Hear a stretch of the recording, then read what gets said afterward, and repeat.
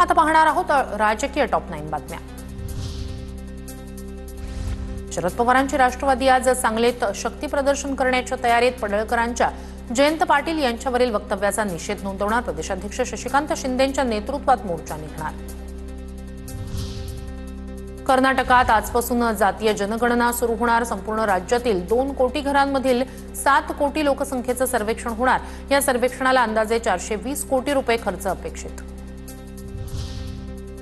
राष्ट्रवादीनंतर शिंदेंच्या शिवसेनेचाही भाजपचा गड असलेल्या नागपुरात 24 सप्टेंबरला निर्धार मेळावा। जिल्हा परिषद आणि महानगरपालिका निवडणुकीच्या तयारीसाठी निर्धार मेळावा। पक्षाचे प्रमुख एकनाथ शिंदे मेळाव्याला मार्गदर्शन करणार। धनंजय मुंडे 4 महिन्यात आमदारकी गमावतील। करुणा मुंडेंचं वक्तव्य। मुंडे बंधू भगिनी बीडमध्ये जातीय तेढ निर्माण करतायत, करुणा मुंडेंचा आरोप। शहाद्यात उद्या आदिवासी आरक्षण बचाव मोर्चा काढला जाणार। बंजारा आणि धनगर समाजाच्या दबावाला बळी पडू नये यासाठी मोर्चा काढला जाणार।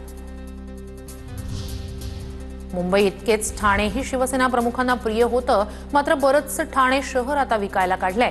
ठाणे दौऱ्यानंतर संजय राऊतांचा एकनाथ शिंदेंवर निशाणा, तर राऊतांच्या टीकेवर बोलण्यास शिंदेंचा नकार। राज ठाकरे आणि उद्धव ठाकरे आज पुन्हा एकत्र येण्याची शक्यता।